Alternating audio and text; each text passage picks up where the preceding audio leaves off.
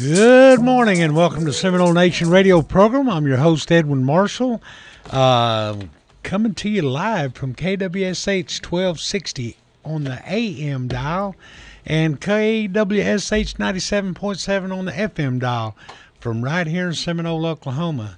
It's good to have you this morning. We're missing Bo Whitekiller this morning. He's usually with us, Director of Communications Program, but I've got Jeremy and Delaney and Joe in the house, so we're ready to rock and roll here. Hey, we got a few announcements, and we've got a guest in the studio, Mr. Joe Blanchard with Seminole Schools. Good to have you this morning, Joe. Thank you, Owen. I appreciate you guys and extend an invitation for me to come out and speak a little bit about our program. All right. We'll be talking about that here just in a little bit. First of all, though, we've got some church meetings this coming weekend. Let's see. Where are we at? I can't even remember whose church meeting was last Sunday, so I'll tell you, I'll get back to those in just a minute. Seminole Nation Council calendar coming up on March the 2nd, I believe it is a quarterly meeting, and that will be on Saturday. That's this Saturday, and got a lot of items on the agenda, and if you're interested in that, you can look at those items on the Seminole Nation Facebook page. All those items are listed. However, this week we've got band meetings. Starting first of all tonight, February 26th, O'Cheesy Band will be meeting from 7 to 9 p.m. at the North Community Building.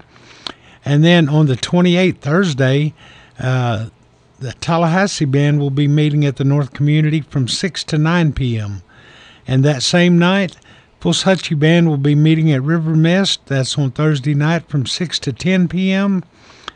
And that same night also, Tuzzagaya Harjo Band will be meeting on February the 28th at the Council House from 6 to 9 p.m. Then finally, of course, Saturday is a General Council meeting starting at 9 o'clock until they're finished. You know what? Always remember the meeting on the March meeting is always the first Saturday, and that's always same time they have the Salt Creek Wild Onion Dinner. So we'll be talking about that here just in a little bit, but that'll be coming up this Saturday also. All right, at the OEP, the OAP Older Americans Program feeding program, today it's going to be looks like Indian tacos. All right, Joe, we got to make a run over there. Indian tacos. Beans, salad, and cheese. And then tomorrow it'll be black-eyed peas and cornbread with salad and a strawberry cake. And then on Thursday it's going to be chicken and dumplings, carrots, and jello. I don't have, since Friday is the 1st of March, I don't have the March calendar yet, but it's always breakfast, and I believe it starts at 8 o'clock. There at the OAP in Wewoka. So if you're an elder and you want to join in that dining program, come on out there. All right, you know what? I told you we had a guest in the studio. We're going to go ahead and talk just a little bit with Mr. Joe Blanchard. Once again, good morning, Joe. Thank you, Edwin. Actually, it's Joseph. Joe's my dad. Okay. Yeah. Oh, you're right. You're absolutely right. Yeah, everybody kind of knows You know him. what? Me and Joe Coon were talking about something a while ago. You know, there was a Shawnee chief named Blanchard. Is that maybe your uncle or something? Yes. Actually, he's been retired a couple years now, but that's one of our relatives. Yeah, I remember the name. Yeah. And so, obviously, you're Shawnee. Yes, sir. Joseph here is with the Seminole High School, or Seminole Schools. It works in various capacities. And just why don't you tell us a little bit about what's going on at Seminole?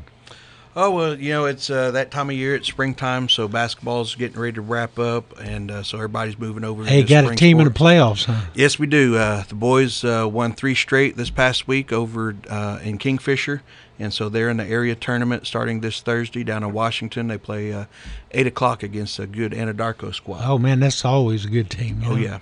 And so they've got to win 3 straight to get in the state tournament, and then, of course, most of the other students are already moving over to their spring sports. So, the tennis, track, baseball, and golf. So, The grass is getting green out there. That always reminds me it's time for track and baseball, and and the wild onions are growing. And oh yeah, wild onions. That's the way Indians think. Oh yeah, it's time to eat. Yeah, I hear you. Hey, listen, tell me just a little bit about that basketball team. You got several natives on the team? Yeah, with the girls, actually, if I remember right, out of the 15 girls, I think 8 or 9 are native. Yeah. Native descent. Most of them are Seminole, a couple are Cherokee or Choctaw and Chickasaw. But on the boys team, we've got a handful of students that are, I think, a couple of Creek boys. I tell you Seminole what, boys. And Indian kids love basketball. Oh yeah, and that's the thing with I help with the girls team. This is my second year here at Seminole, and so this is my first year to help with the high school basketball. And Joe and I were just talking a moment ago about how the concepts. And we were such a young team, and honestly, to win 6 games, everybody was a little surprised because we were having to replace roughly 40 points. Oh, yeah. We had a couple girls out who were injured, and so 2 or 3 of those players. You know what that means? Key. Next year it'll be even better. Oh yeah, because those girls are going to come back as seniors, and then of course we've got all the girls who are freshmen that are going to be moving up, and then of course this 8th grade bunch, they're really athletic and talented. They actually, I think, have only lost 1 game in the last 3 years. So again, solid group of kids. Again, half the students are probably native descent. So and that's where I'm at usually. I want to put a plug in right here while we're talking. Go Okay, ahead. There's a school over in Shawnee, Pleasant Grove. Yes.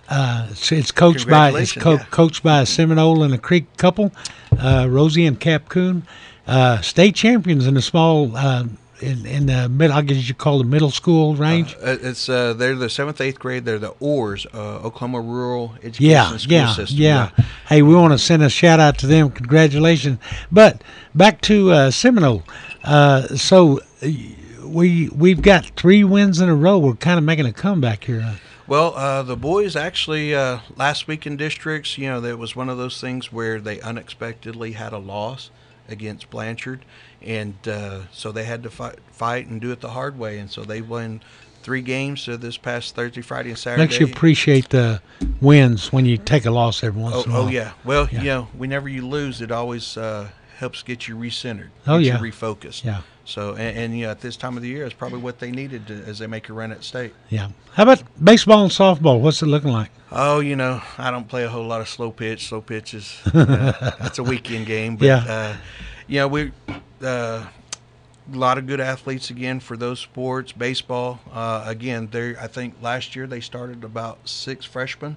So, they've got a year of experience underneath their belt. So they're going to be working as hard as anybody else trying to secure victories. You know what? I've got to say this. I've got to give it to you guys that are working in the school administration or in the instructors, teachers, coaches, and so forth at Seminole School for what you guys have been through for the last couple of years. Going to school in a makeshift building and trying to keep the morale up. But you guys have done a good job. And there's a brand new high school looking good out there on the highway. Oh, yeah. Everybody's excited about it. I don't know if we're going to make the deadline. They're hoping that we get situated by this coming fall semester in August. But, if weather plays a big factor in that. So, it could hamper and delay construction, of course, the opening of the new facility. But 40 acres, big, brand new facility, brand new basketball gym. It'll be exciting. And of course, the community has a lot to look forward to over the next few years as things develop there with the creation of new softball field, baseball field, football field. It'll be a one-stop shop. New football field? That's what I understand. Oh, wow! So it's pretty exciting. Yeah, so that's the next great. 5-10 years, it'll be great. It'll be pretty phenomenal.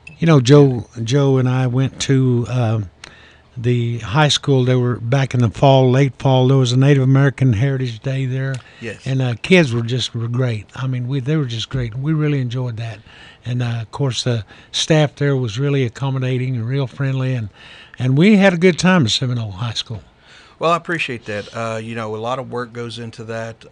Like I said earlier, this is my second year here, and so the community has really accepted me and a lot of the staff and personnel at the school have accepted me. The students have just been, I couldn't ask for better students, and the help that they provide, it makes my job easy.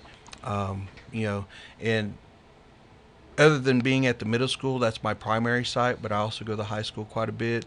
But the idea is to help with the education process to start at an early age.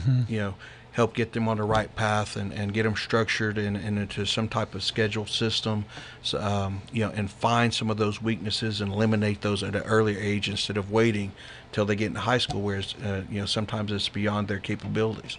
And but I enjoy what I do. Of course, I don't make a whole lot of money. I think. Oh, you don't? You talk about the coaches. I think they said something one day. It equals out to about $0.25 an hour for all the hours that you put in and for the stipend you get. I realize that. Everybody. I mean, people that appreciate, public education, people that understand, know that our teachers and our coaches and our administrative staff, they spend hours beyond the daylight hours. And having to work with the kind of things you do, or working with very little.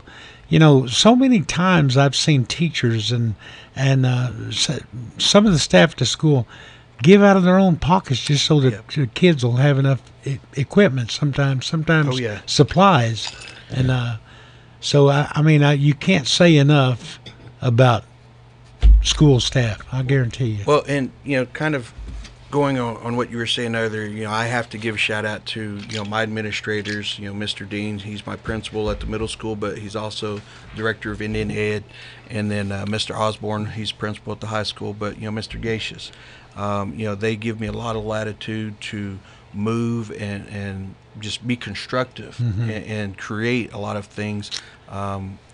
I think primarily because a lot of that stuff didn't exist prior to before I arrived.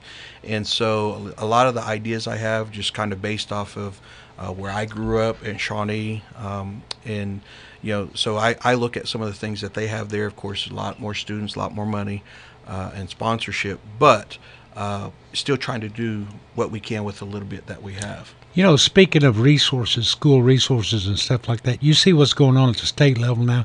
It took a little bit of shaking by the teachers and school staff. It took a little shaking of our legislators, and we have a new governor in who seems to be very supportive of education. So what do you see down the road for Oklahoma public schools as to where we've been the last 10 years? Oh, wow. That's going to be a huge thing there because, funding-wise, to replace, I think the numbers that we had, you're looking at 30 to 40% of an old budget that used to exist. How do you reinstitute that into a new proposed budget? And you're talking about however many millions of dollars, hundreds of millions of dollars. And but anyways, as you mentioned, the new governor is pro-education for what we understand, and so I think a lot of it goes back to the legislature, getting those folks to understand. There are pros and cons of everything that we do, and so the pro of having the teachers, the walkout, the shutdown, whatever they called it, that helped promote all the education and getting extra funding. But now, in just the recent legislature and the new session has just started, you had some individuals who some of the teachers felt like they were being penalized for that walkout. And so there's been some new paperwork that's been submitted to prevent teachers from gathering and striking in the future. And it really wasn't a strike, it was a walkout that is approved by the administration because our union forbids us from having a strike. But anyway, money-wise, I was just reading an article this morning talking about consolidation. There's a professor at University of Central Oklahoma who's done some research, and his research suggests that consolidation would be helpful and save the state of Oklahoma. Well, it's pretty obviously the direction the state education department's taken, because they're closing several schools in metropolitan areas. What makes me wonder is, what are we going to do when they when they consolidate some of these schools and they become super schools? There are already some super schools. Oh yeah. But there are really going to be some super schools, and which that's not the issue. The issue is making the money go as far as you can. I understand that, but it was just thought in my head. Well, it's interesting you mentioned that little bit about the making the dollar stretch, because we just received word this past fall that there's an act that deals specifically with our Native students where the dollars per student are being increased, and so we're waiting for those final numbers and that formula to be put into play. Something you just touched on. You would be amazed if you took your time and you researched and you found out how much money comes into each school district because of Native students. And I think that's something that bears being noticed, because Indian kids, they do make a difference, and and the number of kids in your school. Well, Joe, I'll tell you what, I really appreciate you coming out today. Is there anything else that you kind of wanted to stress? Well, I tell you what, the one big thing that if I could encourage parents, and I know everybody has schedules to keep, time with work and whatever, and trying to pick kids up from daycare and so on, but if I could impress anything upon our parents and grandparents and those people who are guardians of our students, it would be to participate and come out, be a part of the process. We have Indian education committees, parent committees for both JOM and Indian Ed. Yep. And one is run by the school, one is run by the nation. And if we could get more participation, that would be great, because it allows us to have more voice, more participation in how that money is distributed and spent on each child. Right now I think we are at the bare minimum that we could probably have, as far as 4 and 5 people for each committee. And so I know, like I said, a lot of people are busy, but it's one. Hey, it's one an evening. investment in your kid. Exactly, it's one evening out of the month. With Johnson Malley, we meet basically once a month, and with the Indian Ed program, I think they only meet 2 or 3 times a year. Yeah. And so I know their next meeting coming up will be in April at some point. But if anybody has questions, they can always call me at the middle school. Our number there is 382-5065. They can always send me an email. It's 405-382-5065. Correct. They can just ask for me.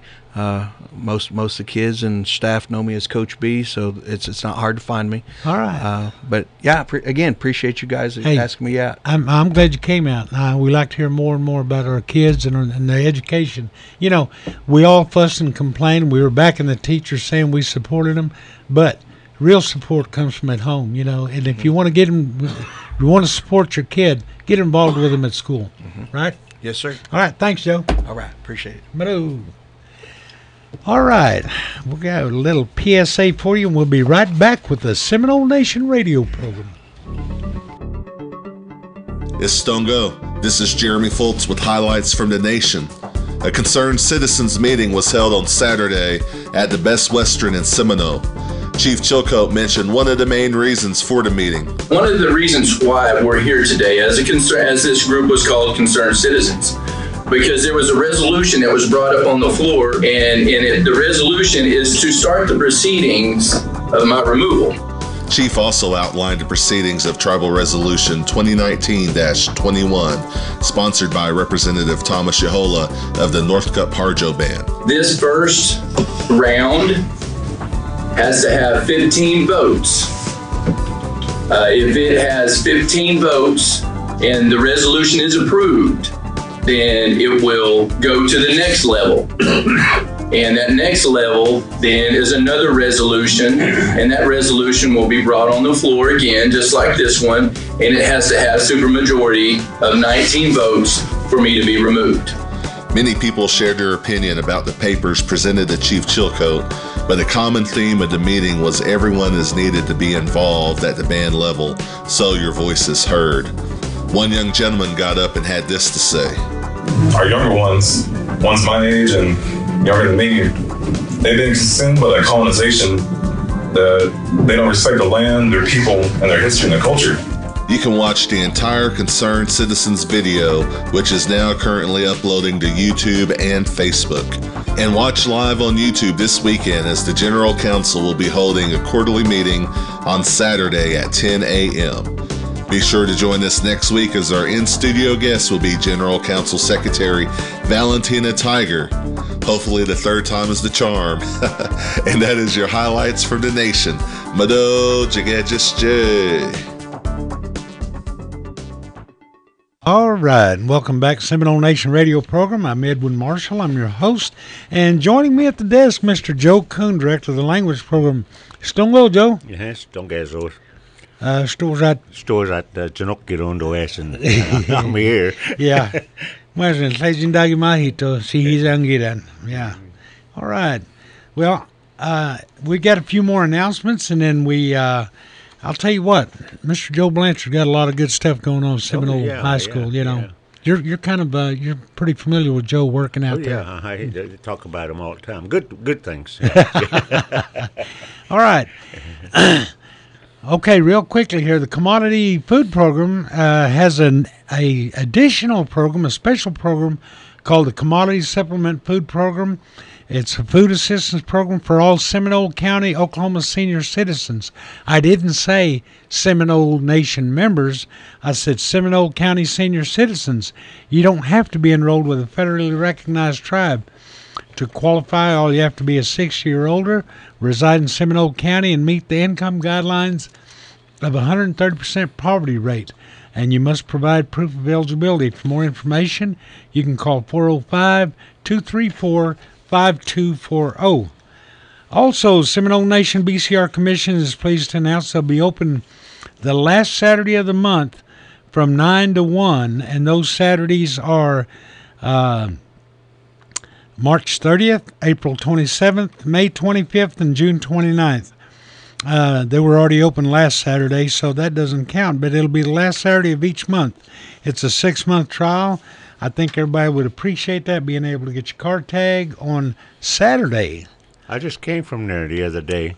They treated me really good over there. Good deal. They're good people. AARP, American Association of Retired People, Oklahoma, opens nominations for 11th Annual 2019 Indian Elder Honors. They're accepting nominations for the 11th Annual Indian Elder Honor to celebrate 50 Native Americans who've positively impacted their community, family, tribe, and nation. Oklahoma has recognized 500 elders from all 39 recognized tribes. The deadline, once again, is April the 30th. That's with the AARP Oklahoma Indian Elder Honors Program. You know, we have a lot of elders that would qualify. Oh, absolutely. You know what? There's a lot of unsung heroes out here. Absolutely. In natives. You know, we always look for people, and it's good to be distinguished in the areas of education and so forth. But I'll tell you what, some of our just plain elders are some of the best people in the world. That's absolutely right. Yep, that's right. Seminole Nation Head Start, Early Head Start's currently accepting applications for the current school year. The program is for native, non-native children 6 weeks to 5 years old. Hours of service from 9 to 3, Monday through Friday.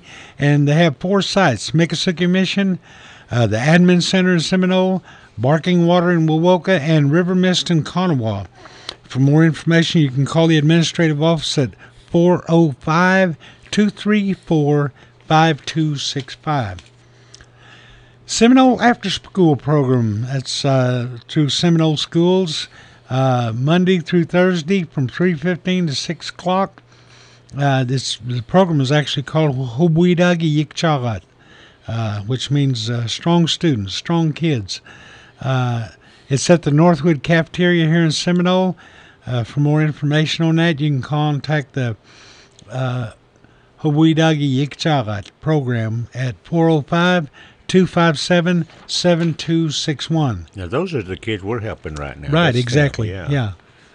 Teaching them some language and some songs. And you know, I really enjoyed that day that we got to talk with them and visit with them. Some of those kids got a lot of personality. Oh, yes. Yeah, they don't just come from Seminole, they come from Strothers, Barnum, and all around here. Yeah. Uh-huh. All right. Water aerobics class schedule. That's a Seminole Nation Diabetes program. Is every Monday, Wednesday, and Friday.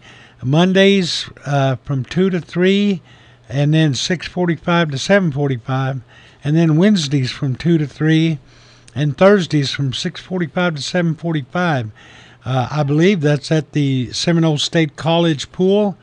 All participating attendees must be at least 12 years of age or older. Complete and submit a water aerobics class application, and complete a micro fitness assessment. For more information regarding that class, you can call James 5 at 405-234-5247. Go swimming, Joe. Yeah, my brother used to be in that all the time. He Oh, loved yeah? to go swim. Yeah. Mm-hmm. All right, Seminole Nation BCR Commission is pleased to announce they'll be open. Already did that. All right. Attention members of Seminole Nation or parents of Seminole Nation children. If you have questions regarding child support and you need answers, you feel you should be receiving child support but you're not, and if you want to start a child support case but don't know where to begin, you can call them at the Tribal Child Support Services. You can call them at 1-888-540-1501. The Tribal Child Support Service Office in Seminole is ready and willing to answer your questions and assist you with your child support matters. All right. Job Placement and Training has a community outreach on February 27th. I believe that's tomorrow at the Seminole Nation Higher Ed office. If you have questions about courses at technology centers or services for newly employed Native Americans who live in Seminole County, staff will be available to discuss employment counseling, creating a resume and interview techniques. I always have a hard time saying resume, Joe. And things you need to know about studying for a driver's license. For more information, call Dee Whitson at 405-234-5288 or Sheila Hooper at 234-5289. Resume. Resume. All right. Okay, they're going to have another one that next day on February the 28th at the Housing Authority of Seminole Nation. That's 101 South Hidgety in Wewoka. Gar Creek Ceremonial Ground has a food sale grocery bingo March 2nd at North Community Center. Come on out. Starts at 11 o'clock, food sale, and bingo at 1. Okay. KLAG Youth in Wetumpka is having raising funds for their summer trip. They have a pig raffle. They're having a big raffle, and each winner will receive a half-processed pig, and they're giving away 2 of them. Tickets are $5 a piece. For more information, call Stephanie at 405-452-3262. All right, let me scan through here real quick. We could have a hog fry if you win. Oh, I know it.